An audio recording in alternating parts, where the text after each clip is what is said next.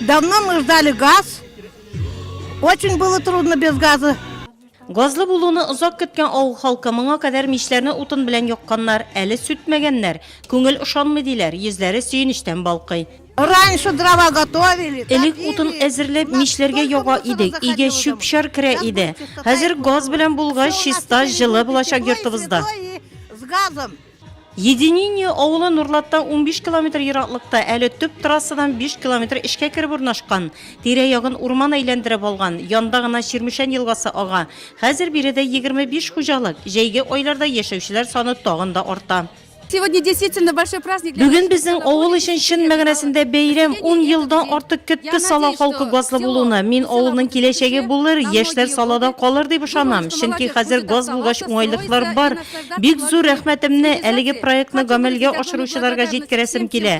Аеруча Татарстан Республикасы президентына, район башлыгына, төзүчеләргә, газчыларга билгеләнгән вакытка газ кертүне тәмамлап, авыл халкын шатландырганы өчен рәхмәтебез зур. Авыл халкы гражданнар җыенында район башлыгына газ кертүне сорап мөрәҗәгать итә. Нурлат районында кече авылларга газ кертү мәсьәләсе акрынлап шишелә. Мы собрались уже в администрации, совещались, решили сделать свою программу газификации района. Должны эту работу продолжить и системно вести. Ежегодно мы должны по одной деревне добавлять, по одному микрорайону.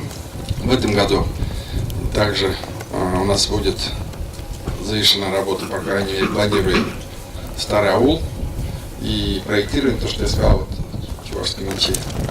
Как раз сделаем проект, что на следующий год эту работу тоже выполнить. Очень радостный день. Это мечта наша сбылась, слава Богу. Долго ждали мы этого. Деревня все-таки как-то была все равно у нас маленькая, как сказать, даже не бесперспективная. Но теперь она, наверное, стала перспективной. У нас все будет теперь, наверное, намного лучше. И будет строиться, будет расширяться деревня, будет что-то новое. Авылны газга тоташтыручы Азамат җәмгыяте торбаларны сузганда кыенлыклар булса да, эшне тиз арада башкарганнар. Смета буенча 6 миллионнар арасы шулай төзелде бер ай эчендә. Протяженности 4 километр газопровод. Район бик булышты, һәм менә без кыр буенча бардык. Анда утыртылган әйберләр бар. Шуның белән без думали бик проблема булачак, но район булышты. Тизгә шуны эшләп аттык, ясап куйдык. Газопровод буенча Иске авыл дигән. И безнең сулар буенча авыллар бар инде. Ул Шишмә авылы и Яңа Әмзә. Менә ул көтелгән минутлар. Газчылар Гладковлар йортына зәңгәр ягулыкны җибәргәннән соң кунаклар өйгә үтә. Ихата зур, иркен, моңа кадәр өйне җылыту проблемалы булган. Здорово, с газом. Дрова не нужны. Включил и газ есть. Шунда ук Нурлат газ идарәсе слесарьлары хуҗага инструктаж үткәрә. Газ керде, авыл халкының юллы да буласы килә.